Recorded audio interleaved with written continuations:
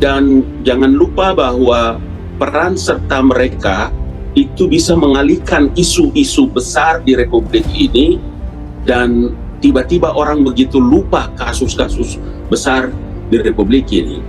Siapa mereka ini sebetulnya? Nah, isu tentang ijazah palsu ini kan bukan sehari dua hari, bertahun-tahun. Orang yang korupsi uang triliun rupiah, polisi begitu tangkap, jaksa begitu ambil semua peristiwa-peristiwa penting itu, seketika langsung hilang di ruang publik. Pemeriksaan terhadap tokoh-tokoh tertentu yang terkait dengan pemalsuan data, penipuan, segala macam yang sedang ditangani oleh KPK hilang total. Rakyat tidak mendapatkan informasi itu lagi. Pertanyaannya, siapa mereka ini? Untuk apa urusannya? Masa orang sekelas seperti Roy Suryo yang sudah berkali-kali bahkan pernah dipenjara tidak kapok-kapok dengan menyebarkan berita-berita bohong? Ilmuwan apa kalian? Penelitian apa kalian yang penuh hujatan dan caci maki? Apakah peneliti dengan cara begitu? Nggak mungkin, Andro. Mantan tenaga ahli kantor staf presiden, Ali Mochtar Ngabalin, mengungkapkan adanya proyek besar di balik polemik ijazah Presiden ke-7 Jokowi. Menurutnya, ada orang-orang yang sengaja mengangkat isu ini untuk menjatuhkan putra Jokowi, Wakil Presiden Gibran Rakabuming Raka.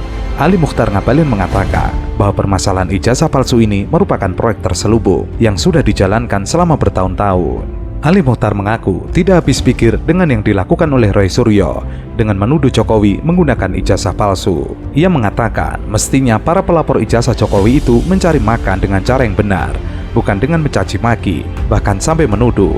Dia tidak berdiri sendiri ini barang. Itulah kenapa saya berkali-kali bilang, kalau orang-orang ini punya niat baik, punya etikat baik, tidak begini cara mereka. Tidak begini cara peradabannya menghujat, mencaci maki, mencederai. Dari satu kasus ke kasus lain, fufu fafa, fufu fefe dan segala macam. Nggak selesai, mereka pindah lagi, nggak selesai, pindah lagi. Bagaimana caranya mereka menjatuhkan harkat dan martabat Jokowi dan keluarganya, tidak selesai-selesai. Tudingan Bang Ngabalin jelas ini Bang, Abang menyebutkan satu nama. Tanyakan semua flora dan fauna di atas bumi dan di bawah kolong langit ini. Tidak masuk akal langkah-langkah ini. Karena itulah saya bilang ini permainan panjang, ini proyek besar ini bos. Tidak mungkin tidak punya biaya, pasti menelan biaya yang sangat banyak.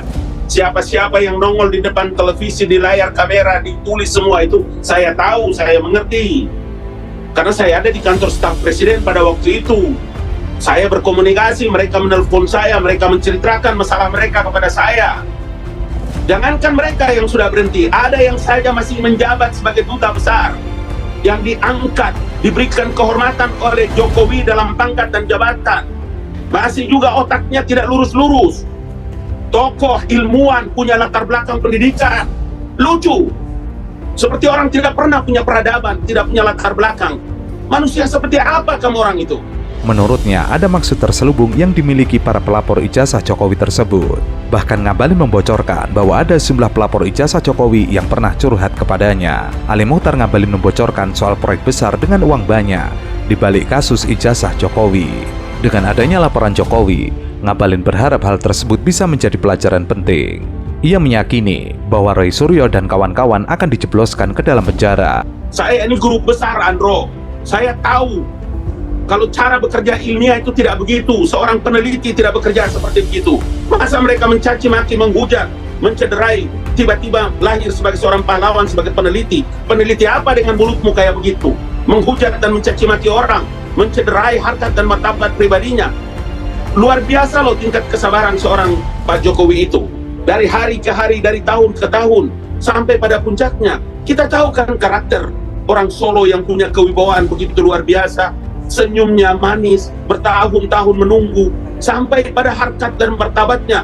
Beliau merasa tertusuk, beliau merasa sangat amat kecewa dan tersinggung. Sudah sampai pada tim puncaknya, beliau datang sendiri sebagai seorang pribadi, mantan kepala negara, melaporkan, menenteng itu ijazahnya, melapor. Belum juga. Hei, apa yang salah dengan wajah dan perilaku kalian? Siapa melahirkan kamu orang? Kenapa begitu alat dan kelakuannya seperti itu? Bukan peneliti itu.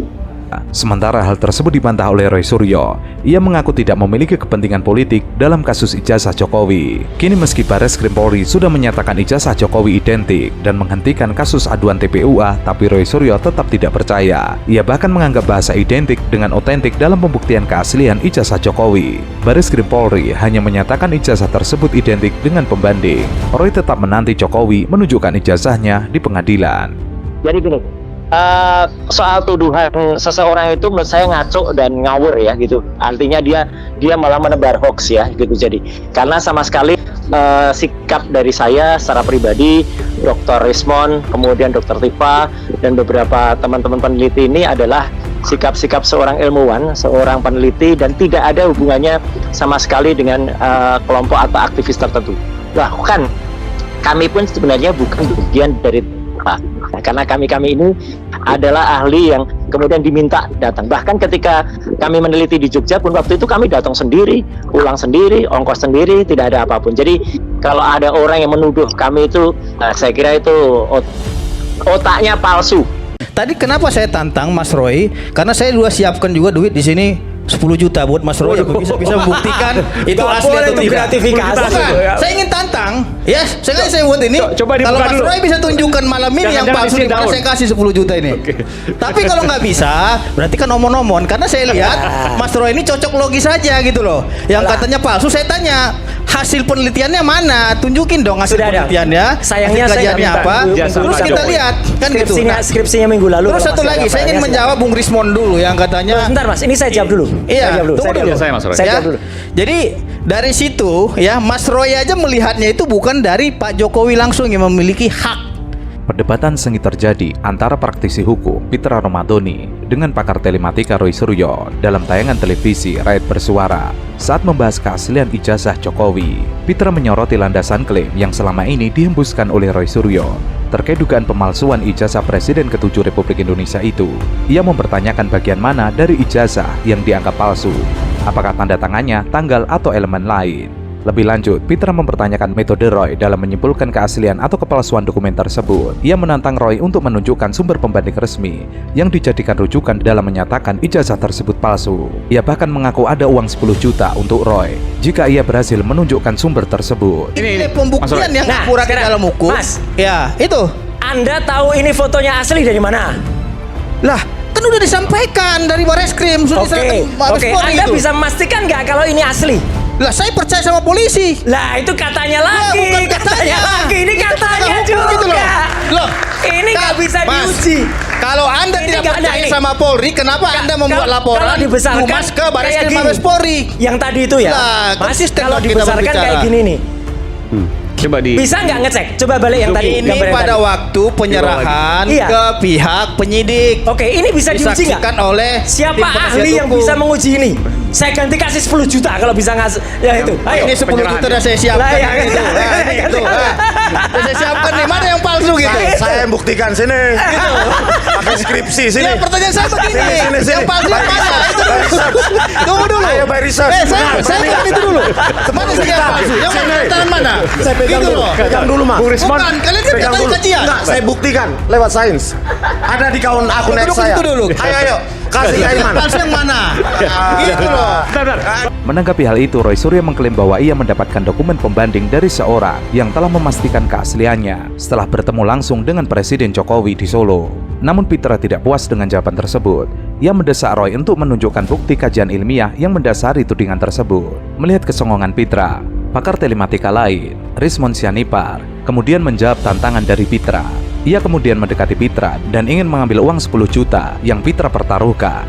Namun, alih-alih diberikan, Pitra langsung memasukkan kembali uang tersebut ke dalam kantongnya.